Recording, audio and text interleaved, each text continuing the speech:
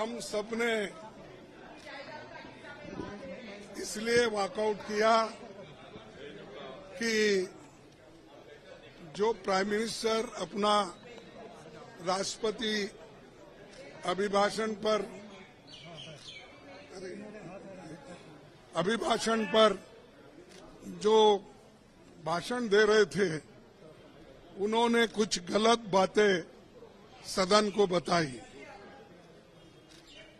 गलत झूठ, और उनकी आदत है कि झूठ बोलना, लोगों को भ्रमित करना और जो सत्य के जो विरोध में बात करना, ये उनकी आदत है। और मैंने सिर्फ उनको इतना ही पूछा कि जब वो संविधान के बारे में बोले कि आज लोग ये संविधान के लिए बचाने के लिए डंडोरा पीट रहे हैं, ऐसी बात उन्होंने कही, तो हमने ये कहा, देखो संविधान तो आप नहीं बनाए, संविधान के आप विरोधी थे, इसीलिए मैं वो क्लैरिफाई करना चाहता हूं कि कौन संविधान के फार थे, कौन संविधान के खिलाफ थे, किसने संविधान बनाया, किसने संविधान के खिलाफ बात किया, वो मैं उनके सामने रखना चाहता था। मैं ये रखना चाहता था कि उन्हीं के पेपर में आरएसएस के जो मुखपत्र है ऑर्गेनाइजर 30 नवंबर 1949 में अंक में संपादकीय में लिखा था, ये ऑर्गेनाइजर तो ऑथेंटिक पेपर है उनका, ये उनका ऑफिशियल पेपर है, उसमें ये लिखा गया था, भारत के इस नए संविधान की सबसे बुरी बात यह है कि इसमें भारतीय कुछ भी नहीं है, प्राचीन भारत के अद्भुत संवैधानिक विकास के बारे में इसमें कोई जिक्र ही नहीं है। आज तक मनुस्मृति में दर्ज मनु के कानून दुनिया की प्रशंसा का कारण है। ये किसने कहा? ये ऑर्गेनाइजर ने, आरएसएस ने, जनसंघ के जो लोग थे उस वक्त उन्होंने कहा, और वे स्वयं स्फूर्ति आज्ञाकारित और अनुरूपता पैदा करते हैं। हमारे संवैधानिक विशेषज्ञों ने ये बात निरर्थक है। उन्होंने ये कहा कि यहाँ तक जो कॉन्स्टिट्यूंट असेंबली के मेंबर से किए हैं ये गलत है। उन्होंने उस वक्त अपोज करके इस संविधान को उन्होंने नकार दिया था, और आज उसकी रक्षा की खुद बात करते हैं और हमारे को बोलते हैं कि हम संविधान विरोधी है। अरे खुद विरोधी है, जन्मता ही विरोधी है, शुरू से विरोधी है।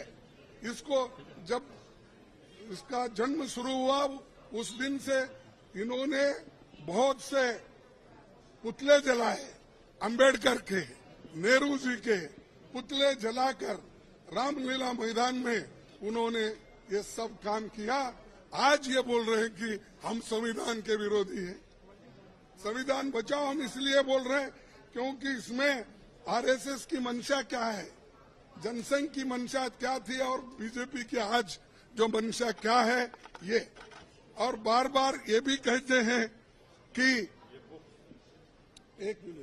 बार बार ये भी कहते हैं बाबा साहब अम्बेडकर को इन्होंने इज्जत नहीं दी, उन्होंने सब कुछ उनको हरा दिया। ऐसी गलत बातें यहाँ पर भी कही गई, वहां पर भी वो कहे। कल हमारे नड्डा साहब ने वहां भी कहा, अब ये भी यहाँ कहेंगे। फिर भी मैं आपको बताना चाहता हूँ, ड्राफ्टिंग कमेटी के चेयरमैन बाबा साहब अम्बेडकर ने अपने शब्दों में कहा है कि मुझे बहुत आश्चर्य हुआ था जब प्रारूप समिति ने मुझे अपना अध्यक्ष चुना। सुन रहे हैं आप? समिति में मुझसे बड़े, मुझसे बेहतर और मुझसे सक्षम लोग थे।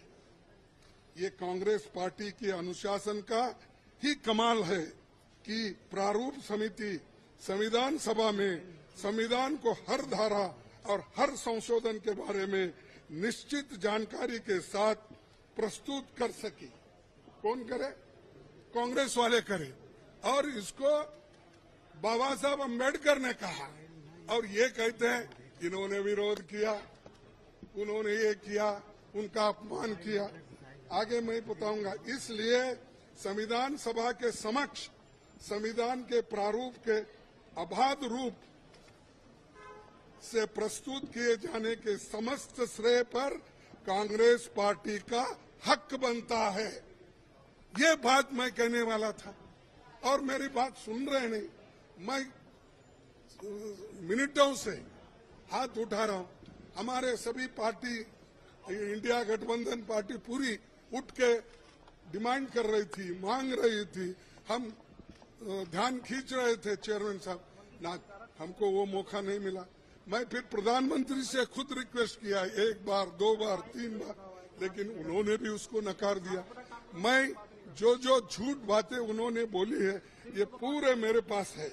और कैसा ये लोग आज सदन में बोलते हैं, सदन के बाहर बोलते हैं, ये समझे हैं वो ही पढ़े लिखे हैं और गलत बातें बोलने में माहिर है। ये तो मैं बाबा साहब अम्बेडकर का स्पीच कॉन्स्टिट्यूंट असेंबली में जो बोला वो लाया हूं और ऑर्गेनाइजर में उनके लोग क्या बोले हैं वो भी मैं बताना चाहता था, लेकिन उन्होंने मौका नहीं दिया।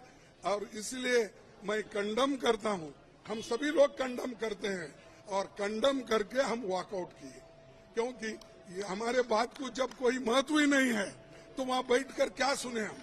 और जब प्रधानमंत्री खुद यहाँ पर जब बात कर रहे थे राहुल जी, उस वक्त 2 बार उठ के उन्होंने क्लैरिफिकेशन की कोशिश की, क्लैरिफाई कर दिए। 4 मिनिस्टर क्लैरिफाई कर दिए।